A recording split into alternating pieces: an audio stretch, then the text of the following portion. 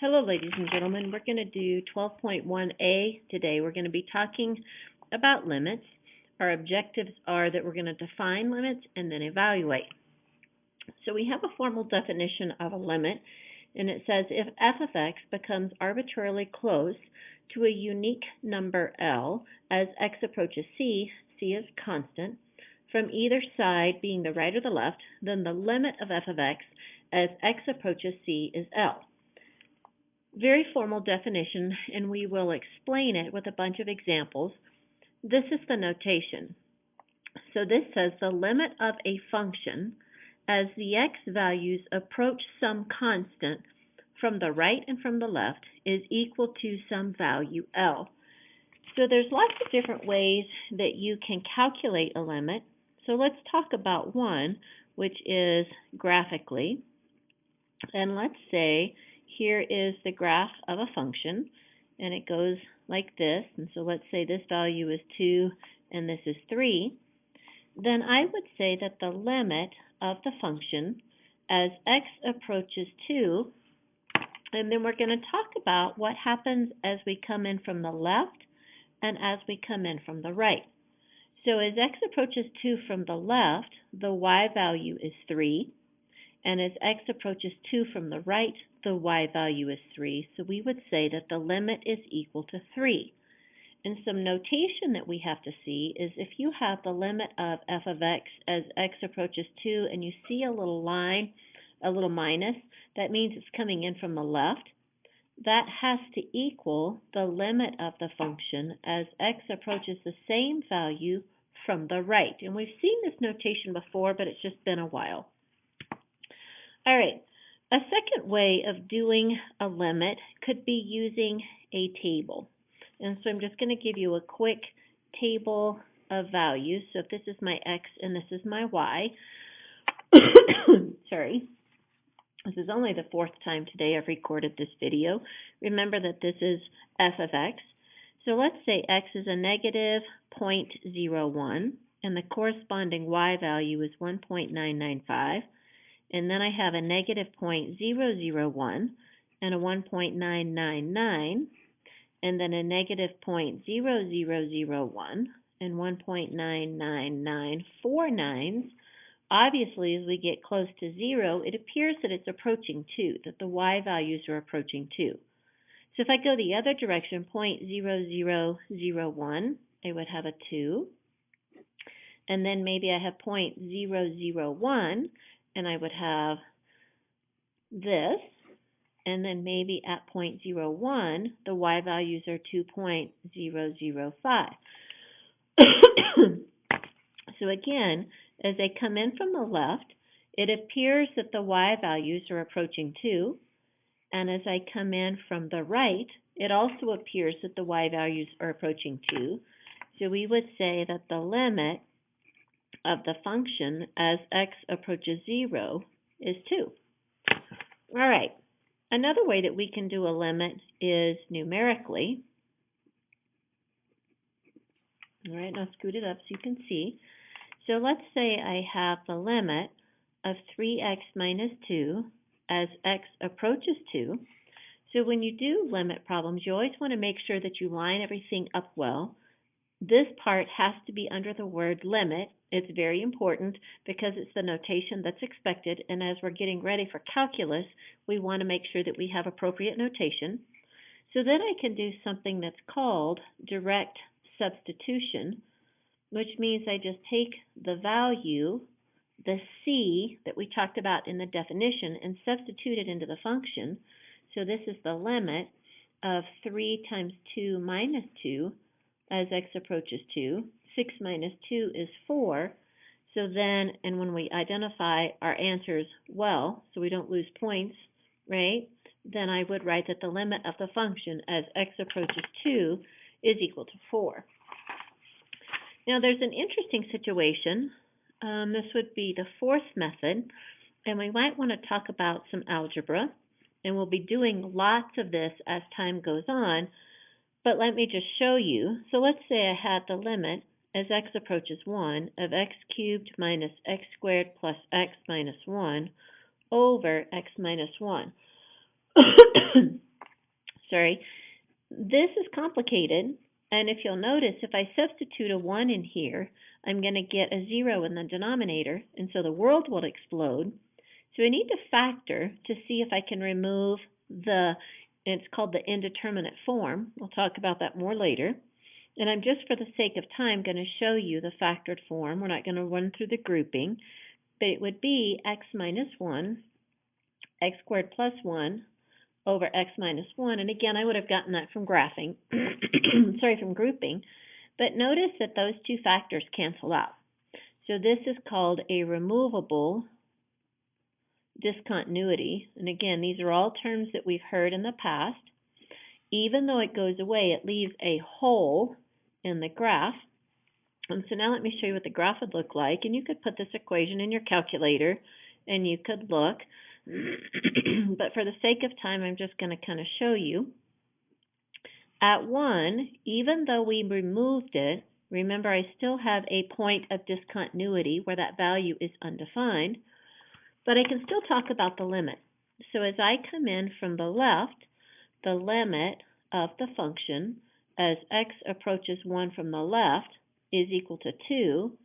And if you notice, if we come in from the right, that's also equal to the limit as x approaches 1 from the right. It's also approaching 2. Even though the value technically is undefined, it's still approaching the same y value. So then we would say that the limit of the function as x approaches 1 is equal to 2. So it's important to note that even though there is a point of discontinuity, the function on both sides, coming in from both directions, is approaching the same y value, therefore the limit exists. All right, so for a limit to exist, let's just go ahead and make that formal. The limit of the function as x approaches c from the left is equal to the limit of the function as x approaches c from the right, which is equal to L. Therefore, the limit of the function as x approaches c is equal to L. Alrighty, so let's do another example. And let's say I have this graph, and at 1, it's undefined, right? So when x is equal to 0, it's undefined. And then at a negative 1, it's also undefined, and it goes this way. So we'll talk about this equation a little bit later, but I can say that the limit of the function as x approaches 0 from the left is a negative 1, and the limit of the function as x approaches 0 from the right is a positive 1. Therefore, the limit of the function as x approaches 0 does not exist. Because the left and the right limit don't agree, therefore the limit doesn't exist. All right, next example. I want to look at a different equation. So I have the limit as x approaches 0 of x over the square root of x plus 1 minus 1. And this one's a little bit trickier algebraically. Notice that if I take this 0 and I substitute it in here, I would get the square root of 1, which is 1, minus 1, which means I have a 0 in the denominator, and the world would explode. So this is called the indeterminate form. And so because it's the indeterminate form, I have math to do to be able to calculate the limit.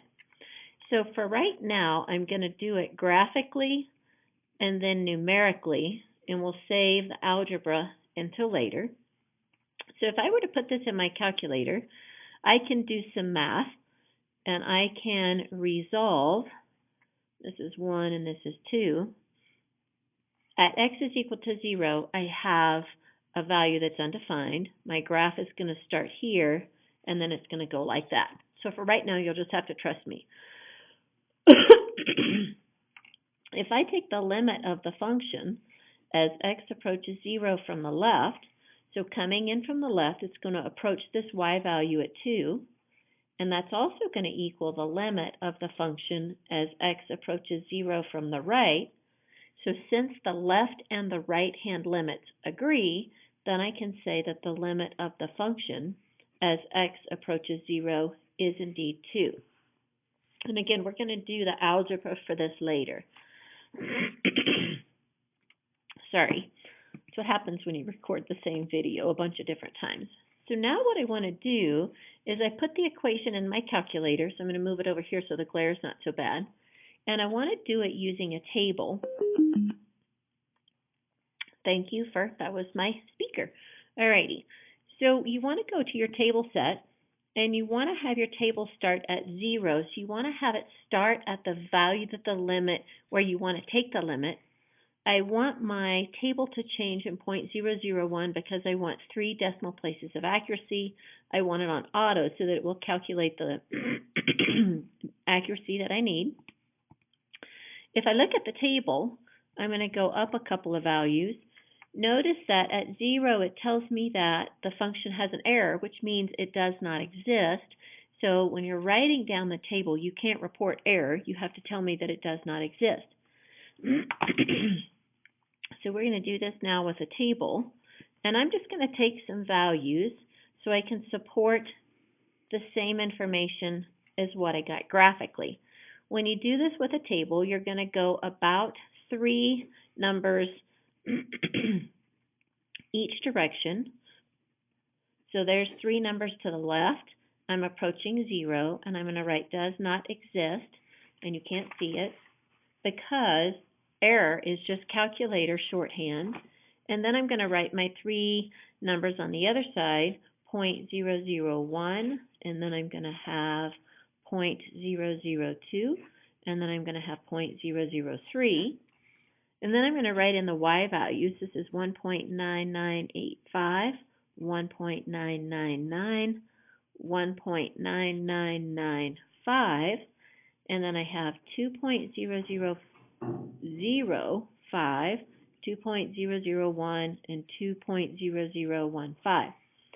So if you pay attention to your table, as I come in from the left, the y values are approaching 2, and as I come in from the right, the y values are approaching 2. So we get the same limit information that we got when we did it graphically. Alrighty, so now for the next example, I want to find the limit of f of x as x approaches 3, and this time I'm going to have a piecewise function. Somebody's having fun. Alright, so as I do this is a piecewise function. I'm going to just graph my piecewise. So I get y is equal to 2, so there's my 2, except when x is equal to 3. So right here I have an open hole, and then this is going to be my graph. When y is equal to 0 when x is 3, so then I have a random dot right there. And the random dot is kind of interesting because I would call this a distractor. Alright, so then if I look at my function, the limit of f of x as x approaches 3 from the left is equal to 2, and the limit of the same function as x approaches 3 from the right is also 2. Since the left and the right-hand limits agree, therefore, that was a pretty crappy bracket, the limit of the function as x approaches 3 is indeed equal to 2. And we've talked about this before. Even though this value is undefined, coming in from the left and coming in from the right, the y values are all approaching 2. Alrighty. So we've talked about where limits exist, but we also need to talk about limits that fail to exist. Alright, so there's a couple of different situations where a limit doesn't work. So we've talked about one.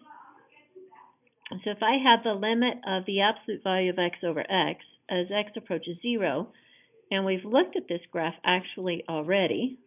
So if this is 1, and this is a -1, my graph looks like this. And we talked about this situation already where the limit didn't exist because the left-hand and the right-hand limits didn't agree. So this is the first situation where a limit can't exist. So a limit of a function as x approaches c from the left doesn't equal the limit of the function as x approaches c from the right, then the limit of that function as x approaches c does not exist. Now, an important thing to notice about limits is that every single value on the function, I could take a limit at every single point. So a limit is a very unique situation. It occurs in one specific location. Alrighty? So now let's talk about another case where limits don't exist. So let's say I have the limit as x approaches 0 of 1 over x squared. Well, the graph of this guy, I have a vertical asymptote at x is equal to 0. I have a horizontal asymptote at y is equal to 0, and the graph is going to kind of look like this. By definition, a limit is something that puts a boundary on a function, right? Well, for this particular function, there's nothing that's going to stop the growth of the function. So we say this one is going to increase without bound, which means it's going to increase forever. Therefore, the limit does not exist. Okay? But an interesting thing, if we talk about this same function, if I looked at the same function at a different location, if I looked at the function as x goes to positive infinity, we would say that the limit is equal to 0 because it's going to approach the horizontal asymptote. So limits are very specific in their location, whether they work or whether they don't work. But for this exception, the rule is if it increases or decreases without bound, then that would mean that the limit didn't exist. All right. The last situation is kind of entertaining. So let's say this is the third situation where a limit doesn't exist. I have the limit as x approaches 0 of the sine of 1 over x. And I'm actually going to put this in my calculator. So I'm going to go put in the sine of 1 divided by x, and I'm going to do a zoom 7 for a zoom trig. And when you watch this, we notice that there's some interesting behavior going on here. My cursor is probably right there at the origin, so I'm going to do a zoom to enter. And so it's going to bring up the graph closer to the origin, and that's pretty cool, right? So we would call this behavior oscillating behavior, meaning that the values are jumping around, right? It's really hard to determine what the actual y value is at the point where we're approaching the limit. So because we have oscillating behavior, then we would say that the limit of the function as x approaches 0 does not exist.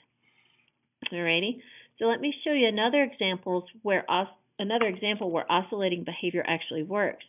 If I wanted to talk about the limit of the sine of x as x approaches, let's say pi over 2, okay, so remember sine starts low, and if this is pi over 2, if I look at that specific value right there, as I come in from the left and I come in from the right, then I would say that the limit is 1.